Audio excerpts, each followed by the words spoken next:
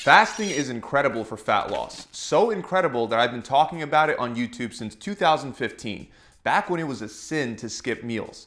Back then, almost everyone looked down at fasting because it was supposed to drastically slow down your metabolism, cause crazy muscle loss, and there's no way you can possibly have a good workout on an empty stomach, right? Well, we now know all of these statements are untrue. In fact, it turns out simply not eating is actually a very effective strategy to reduce calories and in turn burn fat. Go figure. But today I don't want to just talk about the benefits of intermittent fasting. Instead, I want to give you guys the best intermittent fasting plan to transform your body in the next few weeks. And by the end of this video, you'll know exactly how to structure the perfect plan for yourself for free. So first, the beauty of intermittent fasting lies in its flexibility. This means there are many ways that you can fast, and the best plan for you is going to depend on, well, you, of course, your preferences for everything from meal sizes to how well you deal with hunger when skipping meals, to what times of the day you crave food more or less. All of these factors determine the perfect structure for you. For example, for myself, my two favorite fasting protocols that I've been following for years are the Warrior Diet and Omad, otherwise known as the 1 meal a day diet. To briefly explain each of these, the Warrior Diet is based on the supposed eating patterns of ancient warriors. The reason why I say supposed is because no one actually knows exactly how ancient warriors ate. So a lot of it is based on how we believe hunters and gatherers would act when faced with periods of limited food availability, no refrigeration to preserve food from prior hunts, and very limited agricultural skills.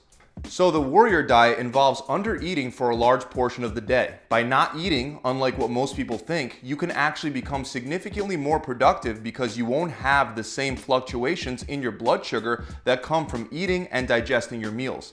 There's a theory that having an empty stomach throughout the day helps you focus and be more productive because during prehistoric times, that boost in focus would help us hunt and catch prey so that we could ultimately eat, fill our stomachs, and then rest and digest. This is why another one of the main tenets of the Warrior Diet is the feasting period that you'll have at night. You get to eat very large, satisfying meals, but the catch is that you only have a 4-hour window at the end of the day to eat. For the other 20 hours of the day, you should be fasting, which means you're eating nothing and only drinking calorie-free drinks like water, unsweetened tea, and black coffee. The Warrior Diet also highly encourages you to eat whole, nutrient-dense foods during the 4-hour feasting period. This includes lean proteins, vegetables, fruits, whole grains, and healthy fats. Meanwhile, it excludes processed and refined foods. Since whole nutrient-dense foods are naturally very filling while also containing a very low amount of calories per gram of food, it's easy to see how you can massively reduce calories with this type of plan without even counting them.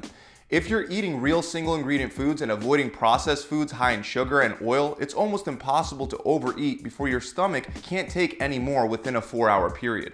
It's a very similar story with Omad, with the major difference being instead of a 4-hour feeding window, you only have 1 hour to eat all your food for the day. This 100% limits you to only 1 meal a day, and even though I have many days where 1 hour is more than enough time to fill my stomach and be done eating, I never punish myself if I want more time and need to switch into more of a 4-hour Warrior Diet eating structure. That's because, once again, intermittent fasting is supposed to be flexible. If I'm sitting there looking at the clock over and over again, trying to stuff as much food in my stomach as possible before my 1 hour is up, not only is it not enjoyable, not only can it lead to binge eating as much as you can within that hour, but it can also create a sort of eating disorder. So if you're going for Omad, it's not a big deal. If you want to take a break, wait an hour or two, and then eat some more.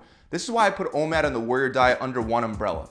Another thing you should know for any intermittent fasting plan is to stop worrying about the exact hour or the clock in general.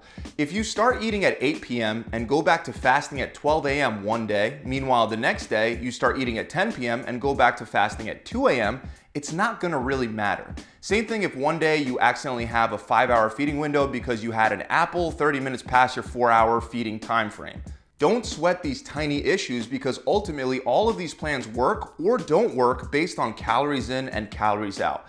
It should be a stress-free process where you're not even looking at the clock, otherwise you're creating a sort of OCD. Trust me, the exact hour that you start and break your fast doesn't matter nearly as much as the foods and the total calories that you're eating within your feeding window.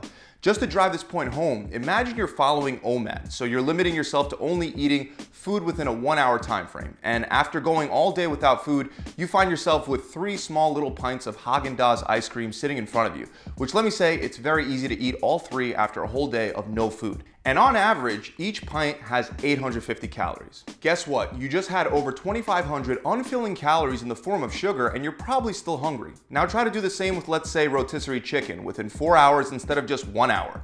It's just not happening. And an entire rotisserie chicken contains only about 1,300 calories. It has tons of filling protein, and you probably won't be able to eat the entire thing within 4 hours, even if you try really hard. So don't obsess about the clock. Focus on following your preset fast, like 20 hours of no food, for example, and then focus on eating whole foods until you're full, then go back to fasting. I guarantee you'll lose tons of fat this way without all the mental stress that comes with pointless meal timing.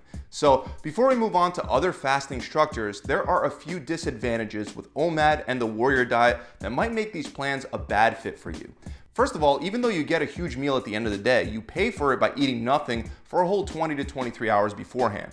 Some people are not okay with going such a long length of time without food. With that said, no one is great at fasting on day one. Your body needs time to adapt to a new eating pattern, so you'll have certain hormones like ghrelin that will be released during your normal eating times, like breakfast, lunch, and dinner, and these hormones will make you feel very hungry until you adapt. For example, in the beginning, I would get very hungry, but now, after years of eating this way, you can't force me to have breakfast or lunch. I truly feel completely full and I'm almost repulsed by food during the day and during the afternoon because my body has adapted over a long time frame to my fasting and eating schedule. These aren't just mental adaptations, they're changes on a hormonal and even cellular level, so give your body at least a week to adapt a little before throwing in the towel. Another similar issue has to do with your energy levels. You might feel tired in the beginning from skipping meals. Not only will this go away, but you can actually experience improved energy levels as your body adapts. The last major issue is binge eating. Some people are significantly more prone to eating everything in sight when they haven't eaten all day long. The workaround to this is, first of all, don't have easy to access junk food in your house because while you're cooking your meal, you can easily graze on hundreds, if not thousands of calories from even healthy yet high calorie snacks like nuts. Second of all, you want to have already prepped meals ready to go or food that you can prep very quickly like frozen vegetables that you can throw in the microwave. Always break your fast with an actual meal that contains vegetables and protein to highly reduce the chances of binge eating. Because once you start feeling some of that healthy food in your stomach, your mind will lag behind a little, but soon afterwards, it'll stop incessantly suggesting all those junk foods that you think you're craving. In reality, you just need to satisfy that hunger. So even though I refer to the Warrior Diet as the #1 intermittent fasting plan for fat loss, you might benefit more from a regular 16-hour fast combined with an 8-hour feeding window. This usually involves simply skipping breakfast, eating your first meal around lunchtime, and then a second meal for dinner. Again, the key to this plan being effective is not the timing of your meals, but rather the content of your meals during your time-restricted eating window.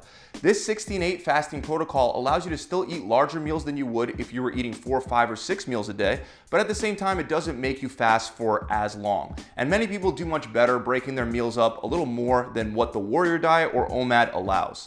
Another 2 fasting protocols that I see implemented less often includes the 5-2 diet and the alternate day fast. The 5-2 diet allows you to eat regularly 5 days of the week, and then you eat close to nothing on the other 2 non-consecutive days of the week.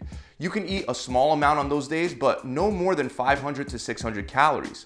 I'm personally not a big fan of this one because 2 full days of fasting may not be enough to make up for 5 days of going all out eating whatever you want. Alternate day fasting makes much more sense with this kind of approach. You eat regularly one day until you're completely full, and then the next day you don't eat at all or you eat a very small amount of calories. Even though this will work much better than a 5-2 plan at reducing your total weekly caloric intake, it can be difficult for your body to adapt to this eating pattern since you're becoming accustomed to eating breakfast, lunch, and dinner, then the next day you're skipping all of them. So it's hard to get into a rhythm with this type of plan. The last main fasting protocol is extended fasting, which typically involves fasting for 24 hours or longer. This is when you're going to bed with an empty stomach for 1, 2, or 3 days. Any more than that, you're starting to risk muscle loss, but there are people that choose to go longer. This type of fasting should primarily be done for the health benefits like autophagy, for example, where your healthy cells essentially clean out and feed on dysfunctional cells and bacteria found throughout your body. This protocol should not be used as a sustainable approach to fat loss because for most people, including myself, it's not sustainable on a consistent basis. So really, the 3 fasting protocols I recommend you use for fat loss are either 16-8 intermittent fasting, the Warrior Diet, which is 24, or Omad, which is 23-1. Out of the three, I found the Warrior Diet to be the best plan because it aligns with my preferences of having a big meal at the end of the day, not worrying about food at all throughout the entire rest of the day, boosting my productivity from a lack of blood sugar swings, and as long as I eat real food, which we all know what real food is, I don't have to count calories. With all that said, I want to quickly show you how to structure your fasting plan regardless of which of these three you choose if you want to incorporate a lot more processed foods, junk foods, and foods full of refined sugars like ice cream. I also have days where I approach my diet this way and I eat things like pizza, ice cream, you name it, while still staying lean. This is how you do it. First of all, ice cream, pizza, all these things have to come second to hitting your daily protein target, which should be at least 0.7 grams of protein per pound of body weight every day. To ensure you're hitting your protein target, unless you're highly experienced, it's a great idea to track your calories and macros with an app like MyFitnessPal or the Carbon app. These apps will give you a daily calorie and macro target to maintain a calorie deficit and lose fat. So once you meet your daily protein intake, you can then tack on the junk foods like ice cream and pizza and whatnot afterward. But it's very important that you track these foods and ensure that you're staying under your daily calorie intake because, like I mentioned, just a pint of ice cream can have 850 calories. Now, if you slightly exceed by a couple hundred calories one day, again, no stress, it's no big deal. You can subtract those calories from the following day because fat loss is about totals over time, not just on a day-to-day basis. So this method would allow you to incorporate a lot more junk food in an if it fits your macros type of portion control within an intermittent fasting eating pattern. If you don't want to count calories, it's easy. Simply stick to real whole foods that you'll only find on the outside aisles of your grocery store while prioritizing protein, and it'll be very unlikely that you're not in a calorie deficit at the end of the day. Either way, I recommend that your default is this, sticking primarily to whole, healthy, single ingredient food sources, and then throwing in a couple days every week where you eat junk to make your plan more sustainable. This is simply better from a health perspective. But that about wraps it up for today. I really hope this video helped you out. I'm also going to link multiple videos below to further help you set up your macros and calories for your intermittent fasting plan. If you've enjoyed this video, make sure you subscribe to the channel, and also if you're looking to shortcut all the trial and error that typically comes with finding the perfect right diet plan, try my free 6-week shred. We'll personalize a meal plan for you based on your preferences, and you'll also get a full 42-day workout plan and a coach to guide you through the entire process. To find out more about this free body transformation program, just click the link in the description below, or you can head straight on over to my website at gravitytransformation.com. I'll see you guys soon.